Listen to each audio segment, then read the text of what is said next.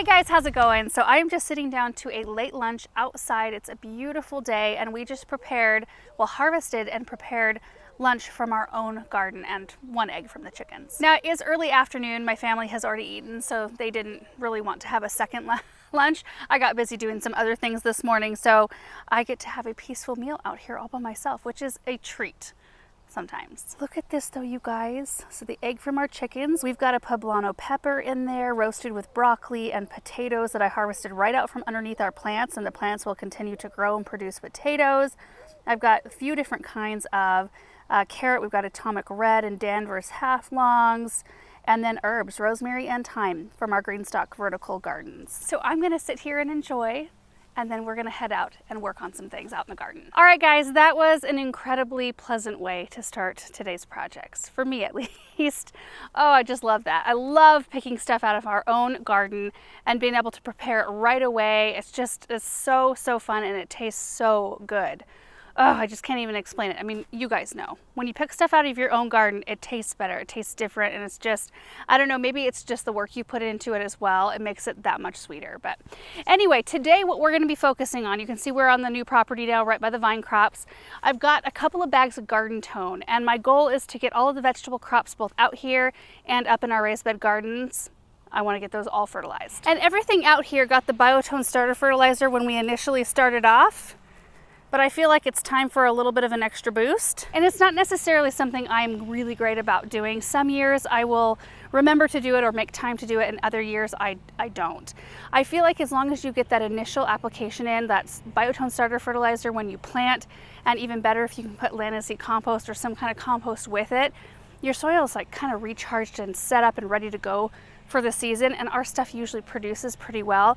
However, you know, you may get increased yields and bigger produce if you do give them a mid-season feed, and some crops need it more than others, like any alliums, garlic, onions. Like the onions today are going to really benefit from this feed because they're not ready to be harvested and probably won't be ready for the next, I want to say, month or so.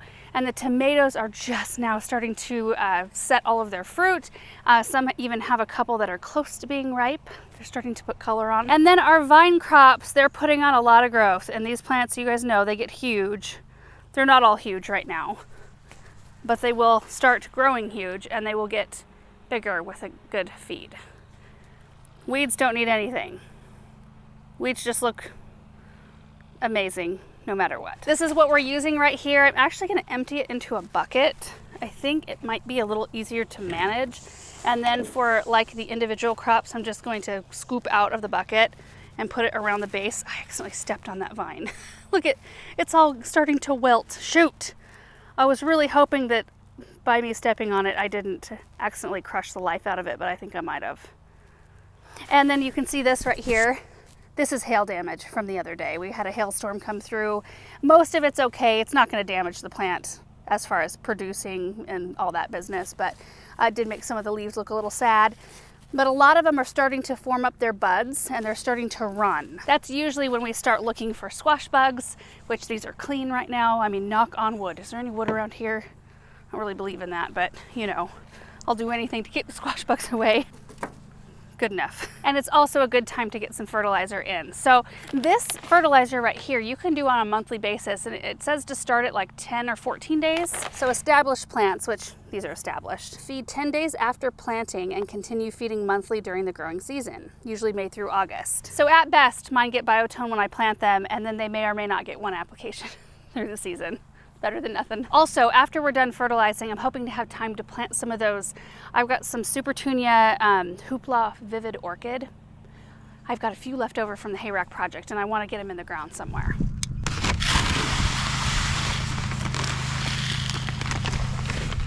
So what I plan to do is I'm going to come along to each one of these plants. I don't really measure, but we're just going to sprinkle it around the plant.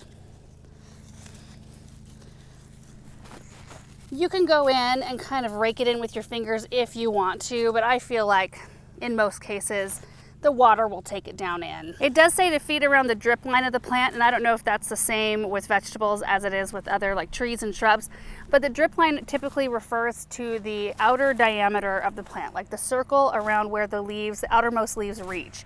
So that would be like right here, because usually the roots of your plants travel outward, and typically the most active parts of the roots where they're taking in the most nutrients are kind of toward the end. So that's why they say to do the drip line feed. So you do something kind of like that, but all the way around, and then, you know, kind of work it in. But I know that my water source is up closer, and I want that water to take the nutrients down, so I'm going to put it in just a little bit from the drip line. And it's going to be the same on everything except for when I come across like the rows of corn. I am going to stop it and I'm going to thin. I did half of it and I got to thin the other half, and then I just take the fertilizer and just sprinkle it alongside, so we side dress the plants, and that's what we're going to do. So here we go.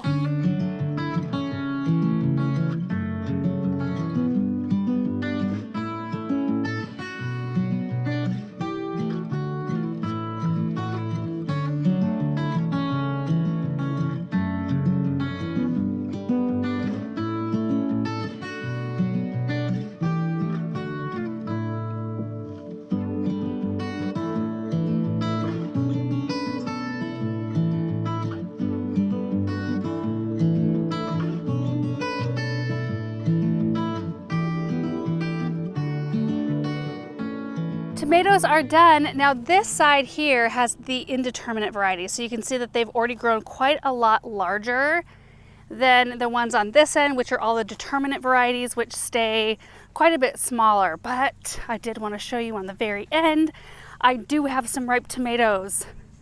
I'm so excited about this. These are the Bellini variety from Proven Winners, and they're kind of like a cocktail size, a little bit larger maybe than that, yellow tomato. A couple on this plant. Oh my gosh, I'm so excited. We're actually grilling up hamburgers for dinner, so I'm going to use these tonight. Now for the corn here, you can see that I already came in and I thinned out this row here. I go about every 4 to 6 inches or so. That's what my goal is anyway. I missed some. And you should be thinning your plants way before they get this big, but we just didn't get around to it. And then I got about half of that second row in done. So you can see, like, the seeder that we used this year did a fantastic job. No need to go over it more than once, which I did because I didn't trust it.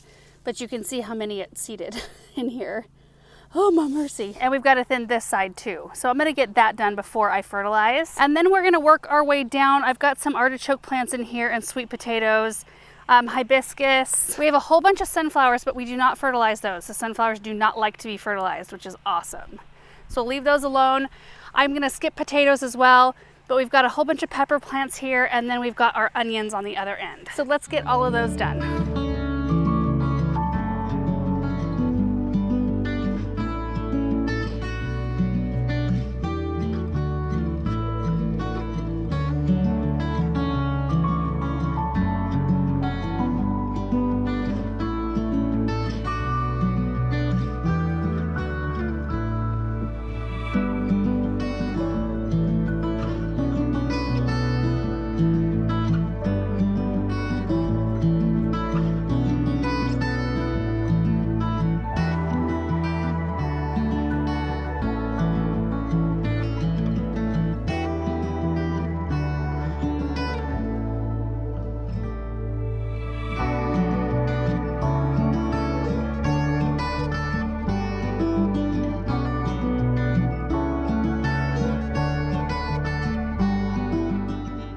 All right guys, this part is done out here. Now the actual fertilizing part, I think if that's all I did today, because I did pull some weeds and I thinned the corn, but I think it would have taken me less than 10 minutes to just fertilize out here. It's such a quick thing to do. And there are still a few weeds here and there, especially like in the onion rows. Everything else is pretty cleaned up. But we're getting close enough at this point that unless the weeds get huge, I'm not gonna worry too much about it. Like ones, you know, here and there in the rows, not gonna make a huge difference. We just don't want them to take over to a point where they're starting to rob nutrients and airflow and light from the plants.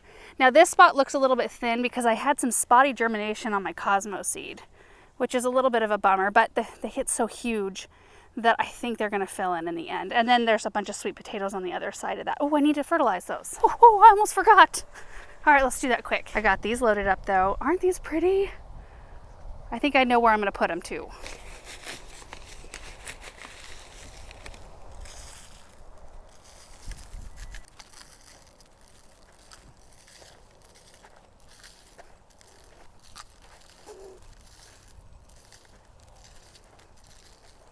now we're done out here.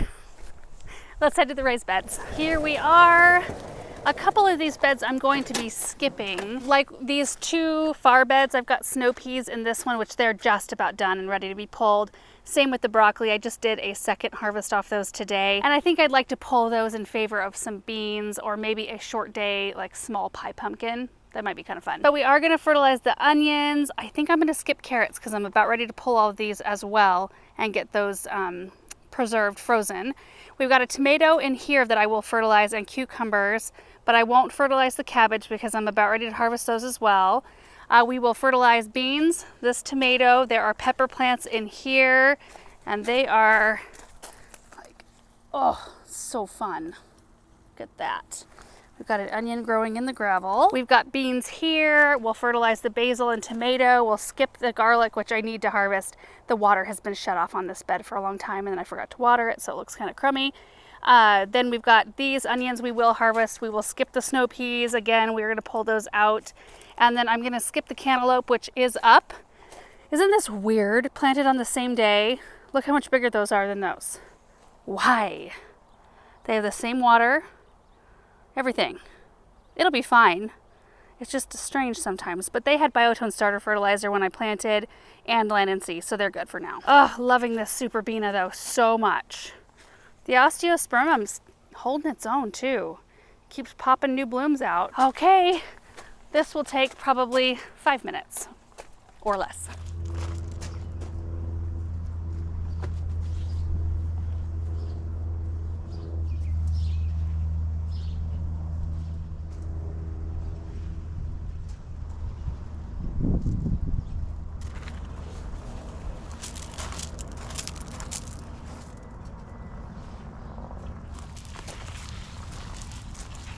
All done.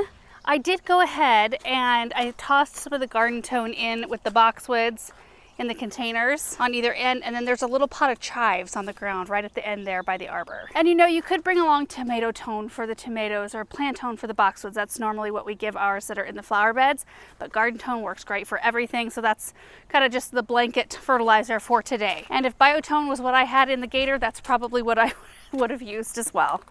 Works great. Oh, here comes Aaron and Benjamin. They just went shopping for fireworks. Benjamin's been super festive lately. He wanted me to get all of our American flag decor out. It's so fun to see him get excited about holidays. Fireworks out! Are you so excited? Oh, some really long ones. You got your sparklers. Yay! We got lots of them. We got lots of these. Uh-huh. Okay guys, I had to stop because I think I forgot to show you this container during one of our recent tours, and I just love it. It's the Galloway urn. This is from Unique Stone, and I planted this up with white geraniums that I started from seed that I need to deadhead at the moment. Supertunia latte. There's the Plectranthus, a variegated Swedish ivy, right? Is that what it is? And then there's an oxalis in here that has done really well, and a diamond snow euphorbia. And I just feel like it has such a antique, kind of antique bridal vibe. I don't know. I just think it's really pleasing to look at. And I love how this is a trailer, but it's not bulky. You know, I get kind of tired of like sweet potato vines that kind of just take over and they're a curtain. You kind of sometimes want something that's a little bit more wispy so you can still see what's going on around them. And I've just been very, very pleased with this blend. Anyway, sorry. It's an easy time of year to get distracted because things are still looking really good. We haven't had, you know, such intense weather yet. And once the weather gets intense, then I like to skip showing a lot of things because things get very weary very fast. Daisy May daisies, my goodness. Okay, this area right here has kind of been a little bit neglected. I did plant a Dobbs frosted juniper, that's that yellow and green lower plant right here, and then the Bonnie blue spruce. There is a Corinthian linden in this area, and then I did plant a bunch of like echinacea seedlings that I had growing in the greenhouse, and we've got a boom chocolata hydrangea, or not hydrangea, for crying out loud, it's a geranium, which I forgot how tall it got, and I put my rudbeckias behind it. Jeez, it looks real pretty from that side, but from this side you can't tell. I did not do my layering right on this side. Anyway, I thought it would be fun just to start adding a little bit in here. So I'm going to plant the Supertunias right here. It's a test anyway to see how this variety does. This is a variety that's new for next year, 2024, and I typically like to have it in containers and in the ground somewhere just to just to see. So we've got some planted in the hay rack project on the fence over there. So that's our container, and this will be our in-ground, and it'll get full sun right here, and it'll add some color, which will be nice. So I'm just gonna place these, and then we'll dig our holes. I did bring my auger out, and then we'll get them planted.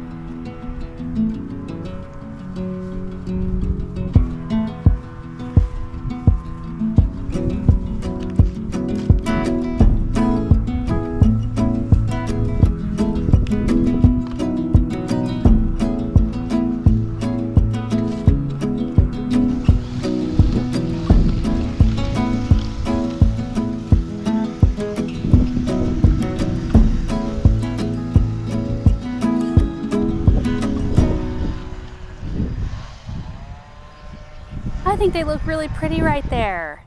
They certainly added a tremendous amount of color to this space. My word, they are very vivid. That's a very good name for them. I was also really happy with how huge these plants were just in their own containers. A lot of times when they get that big in containers, they start to look really leggy, but these look pretty darn good. And we will give you updates on this, you know, either in tours or whenever we're out here working this summer, throughout this summer. We plan to do that with the hay racks as well, just so you can see the growth pattern, how fast they grow, and all those sorts of things. The breeze is starting to pick up, and it does look like we're gonna get another storm. It rained hard twice yesterday. What does our weather say? Okay, so it says 30% chance of thunderstorms right now, and then it goes up to 40 through 10 p.m. That could mean just breeze, but it could mean some moisture too, which would be great. And you guys, that is going to be it for today's projects. I'm just so happy that we got the fertilizing done. I'm always kind of proud of myself when I get those things done that I don't normally get done, I don't get around to. Just check it off the list and know that the vegetable plants are pretty much good to go for the rest of the season. I most likely will not go back out and fertilize them again. If we get some rain, that would be even better because it would help push that fertilizer down. I mean, ideally you would go along with a rake or with your hands and scratch that fertilizer in because it gets it closer to the roots, but I like to kind of keep it simple and quick. So either the rain will do it for us or just the normal drip irrigation will move that fertilizer down, and it should be just fine. Anyway, thank you guys so much for watching this video. I hope you enjoyed it. I hope you're having a great day, and we will see you in the next one. Bye.